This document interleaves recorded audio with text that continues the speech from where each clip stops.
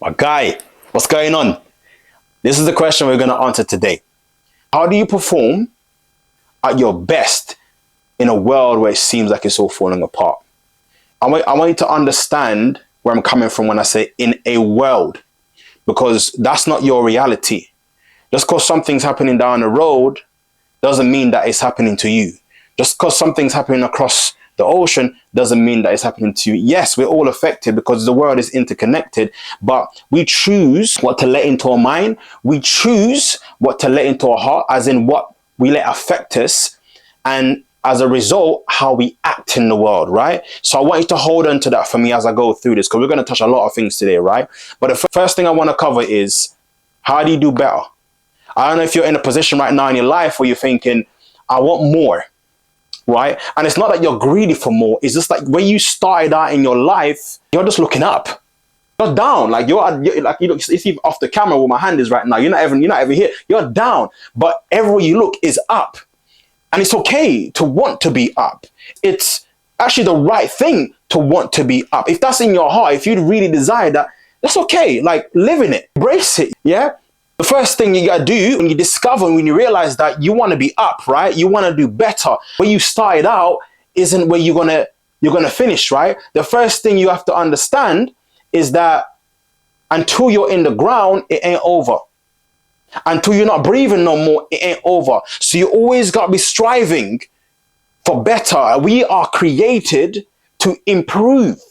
We are created to advance. As a baby, you can't talk. You can't walk. All you do is cry, and someone has to be there to feed you, to change your nappy. But as time progresses, you can do all of that for yourself. You can feed yourself. You can go to the toilet by yourself, right? Because we are improving. And it's the same thing. If you look at how things are advancing in the world around us, we are built to improve. We are built to want to be better. We are built to achieve more. Exactly, right? That's what I'm saying. So when you identify that you're still alive, yeah, I'm still breathing. When you acknowledge that, yeah, I'm still here, I'm still breathing, as in, it's not just like I'm still breathing and I'm a vegetable. Right? I hope you understand. If you're breathing and you've got it within you, if you're breathing and you've still got your mental state, right? You're breathing, you still got your full ability in your body. You can't chill yet, man. You're not injured. Get up going. If you're playing football and someone slide tackles you and you get injured, sit the season out in it. But if you're in full health, if you're in a good place mentally, a good place physically, and you don't need to take time out to recover, get going. Yeah, get moving, right? So what we got to do is this, yeah? Once you identify that you're still breathing, you got to identify what your desires are. You got to identify what better looks like. What does up look like for you that makes sense? There's a lot of things up there, right? There's a lot of things that you can get.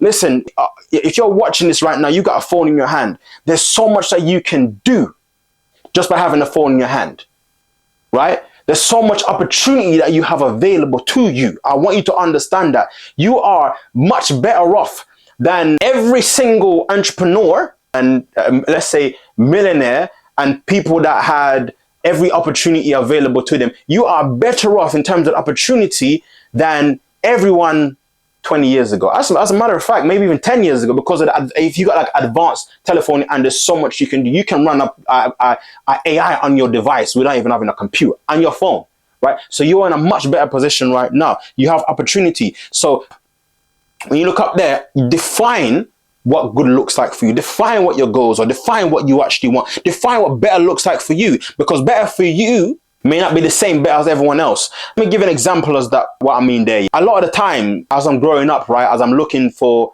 mentors, people would see something in me, right? One time, one of my mentors used these words to describe me. He said, a diamond in the rough. What does that mean? It means that there's greatness within you, but it can't be seen, right? You can get mistaken for a piece of glass on the floor, but you take it and you shine it up and you cut it up and you carve it up and you got a diamond. You got a diamond. It's a diamond in the rough. So somebody might look at you and see within you that you are a diamond in the rough. You got something more to offer. You got something more to give the world. You got something more to offer yourself, right? But here's the important thing. Just because someone can see that in you, it doesn't mean that you need to want that too. Because let's say in your relationship as a man and a woman says to you, you'll be a great father. You might even not want kids. Like, you might even know with all your heart of hearts that I don't even want to have children. Get it that you can see a good father in me, but I don't even want to have kids, right? Great, I thank you for that, because you need to be a good father. You need to be a responsible person. You need to be somebody who's protective, somebody who's actually got something to teach, right?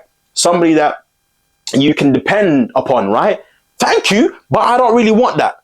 So it's for you to determine what greatness within me do I really want to pursue. It's great that all these people around me, great people that's in my atmosphere can see the potential within me, but what do I really want to pursue? The most important thing is don't let any of that potential die in vain. As in, if people come to you and they tell you these things and you don't listen to nobody, and you just go away in the corner and all the potential dies along with you when you're like 80 or however old you get, right? Let's hope you make it to 90. Let's pray that you make it to 90. But those potential die with you because you didn't want to hear the message that people are trying to communicate to you. So when you have your list, when you know what better looks like for you, when you know your destination, yeah, the next thing you got to do is you have to start small. Start with little steps. You're not trying to do this grand thing. You're just starting small, right? You're trying to change your habits. You're reading books. One thing that really helped me out was, as a little habit, was I was in debt. I was struggling at university. I was failing my courses. At one point, I had to go and sit down and talk to the teacher because they're thinking about kicking me out. I worked really hard to get here, but I was struggling with managing money. No one taught me about how to manage money, right? So I was struggling because I was struggling with money, and I'm the one paying my own rent. I'm the one paying my own bills. I ain't got no one to depend on. I ain't got no mom. I ain't got no dad. I ain't got no grandma. I ain't got no one. I have to depend on myself. And I went to the teachers to get an extension because I'm like, sir, I know you guys are planning to kick me out. Please don't kick me out because I need this, but I'm just struggling financially. And he was like, well, why don't you go and get an overdraft from the bank? I was like, what's that? And he explained to me what overdraft was. I thought, oh, great. Boom, and never £800 in a bank account now helped me to get through the month. Blessing, right?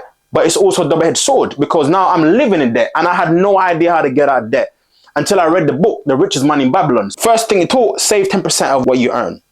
Always pay yourself, right? So then I was starting paying myself the 10%. And then another thing it said is get out of debt, pay your debts, right? A Lannister always pays his debts. That's another thing, right?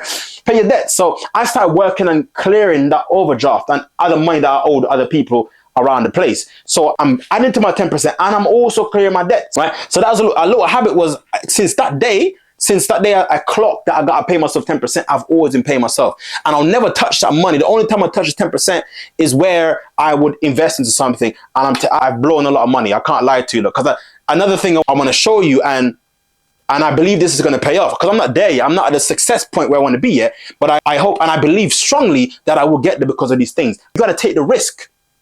Take risks. Because if you don't take risks, you're always going to be where you are. I don't mean taking risks like going to rob a bank or something like that, or going to do some foolishness. Taking risks because I see an opportunity, a business venture. Put your money there. If you believe in it, if you can see it actually coming to light, if you can actually see it working out in your favor, take the risk with your money. So you need to have the 10% in order to take that risk though. So make sure you add into your 10%. Read the book, Richest Man in Babylon, because it's a great book for anyone starting on their financial journey to become better financially. Read that book, Richest Man in Babylon. Great book. So the next thing is, after you're changing little habits, you got to find a mentor. Find somebody who has what you want. So you've already defined what you're looking for. You look for somebody. It doesn't need to be that person at the very top of the tree. You can just go to someone who's a little bit higher than you. You go say, hey man, you're doing really well here. Really admire what you're doing. Listen, I just have this quick question for you, right?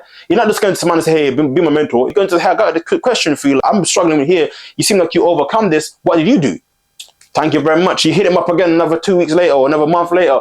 Hey, I've got this other problem. Or here's an update and a problem. Thank you so much for your advice. And before you know it, you start a friendship with that person who then becomes a mentor, right? And you do this multiple times as you're on your way up to the top. You get me? As you're trying to do better.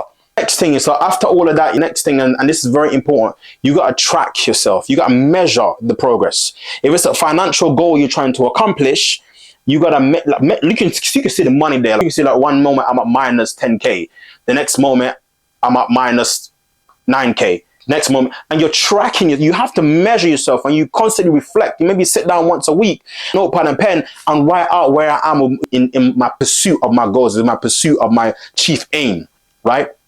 So make sure you measure and you track yourself, right? It's very, very important that you do it, because if you don't measure anything, then you don't know if there's been progress. And if you don't know that there's been progress, you're going to be discouraged, because it's going to take you a very long time to get to that place. If you're dreaming big, if you're trying to do better, if you're trying to get to the top, you ain't going to get there tomorrow. It's going to take you a long time. I've been on this journey for years, but I tell you, where I started to where I'm right now, I've come a very, very long way, and I'm so, so grateful for that. All of this stuff, it's not me, it's God, right? But I listen when the Holy Spirit is telling me, hey, Lamar, put more effort in this area. You need to become better in this area. I listen. I'm saying, if the Holy Spirit is telling me, Lamar, go and talk to this person, there's an opportunity over there for you. I know you're scared, but be brave. Listen to me, trust in me. Go and talk to this person. There's an opportunity over there. I listen. So I'm getting to the top slowly, but surely I'm getting there, right? And all this stuff I'm learning from people, right? I'm taking the knowledge that I'm getting from the people that I'm surrounded by, the books that I read, and I'm trying to give it that to you, because when I was in that position where I was struggling, not knowing how to get started, I really wish I could find someone like myself on YouTube, on Instagram, on Facebook, all the social media platforms. I'm trying to get to everybody in as many locations as possible, because I really do want people to do better. The other day, I saw this young man, and I saw, similar to what my mentors were seeing me, I saw the diamond in the rough. I saw this person with so much potential, and I became fearful of this person not truly accomplishing everything that he had in him. I became fearful for it. I don't even know what came up. I was terrified of this person not accomplishing everything that is being promised to them. So I'm putting this effort in to come out with these videos, because I am fearful that you won't fully realize all your potential. I'm fearful that you won't fully realize everything that's been promised to you. I deeply, passionately want you to be happy. I passionately want you to succeed. I passionately want your life to change for the better. The next thing, I had to write this down, by the way. I wrote this down in my little notebook, right? Because it's important that I make sure I get these things to you. The next thing, and this was a key one, celebrate your wins. No matter how small it is, celebrate your wins. It took me a long time to be able to do that, right? I struggled, because I was like, unless I'm at the top, I'm not rewarding myself. I don't deserve nothing. Not understanding that it's not just, like, I don't know how long I got left. And I pray that I'm here till 90, right? I know that I get happiness and I get joy in pursuit of becoming better, right? And I know that as I'm enjoying, I am enjoying the journey that I'm going through. There's a lot of hardship in there. So when I get to a point where I can say, you know what, hey, Lamar, well done. Here's a little something for you. I have to do that. But it took a very long time for me to be able to say, you know what, enjoy the journey, not just like the struggle and the grind to it, but enjoy the little things. I want to go on a little holiday, go on a little holiday. You want to buy yourself a little Snicker bar, even as a little chocolate bar, buy yourself a chocolate bar. You know what I'm saying? Like, you've been going to the gym, you're working out, you've been committed to the gym. You know what? After the gym, you're going to go and buy yourself a Supermalt, or you're going to buy yourself a little nectarine. I used to love doing that, right? That used to be my reward. Like, you go to the gym, you get yourself a Supermalt and a nectarine. So reward yourself. When you do these little things, you see how happy I got there? Because when you reward yourself, you encourage yourself to keep going, right? But you also remind yourself that I started in a really dark place, and I'm moving towards a beautiful place. I'm moving towards the light, and I don't mean that moving towards the light like going to your left. Moving towards the light as in like getting to enlightenment. You get into the place that spiritually you believe that's what your purpose is. Like, that's why I'm here. You're getting closer to that place, to achieving your purpose in this planet, right? So as you're pursuing all these things, make sure you stop to reward yourself. And going back to what I said at the beginning, how do you stay at your very best? How do you perform at your very best in a world where it seems that everything's falling apart? You just got to stay focused, man. You got to remember what your purpose is, and you stay focused on that. You write down the things that are important to you, the things that you want to accomplish in your life, and you just stay focused on that. You're going to get things thrown at you in all different directions, man. You're going to have social media coming to you, and the algorithm is built in a way where if everybody's looking at something, if the majority is looking at something, it's going to give it to you because it thinks, oh, if everyone likes it, you're going to like it too. Not necessarily understanding that you're on a mission. The only one to understand that you're on a mission is you. So you got to be the one to cut all that noise. I find it difficult as well. My feed is all covered with all this stuff that's happening over in the Middle East, but I'm working so hard to say, you know what, let me purposely go and watch these motivational videos. Let me purposely put my algorithm in this direction. Let me see if anything changes, right? So you just got to stay focused, guys. Remember what you're doing this for. If you're doing this for your loved one, remember them, remember their face. If you're doing this for yourself even, right? You know, unselfishly selfish. I mean, you're doing it for yourself because you want to give people around you so much more. If you're doing it for that, then don't forget it and just keep pushing on that basis. Keep pushing and knowing that you will achieve it. Keep pushing and be faithful that you're going to get to that place that you just look back and you think, wow, I can't believe I came all this way. I can't believe little old me came all this way. How much have I grown? Follow your dreams.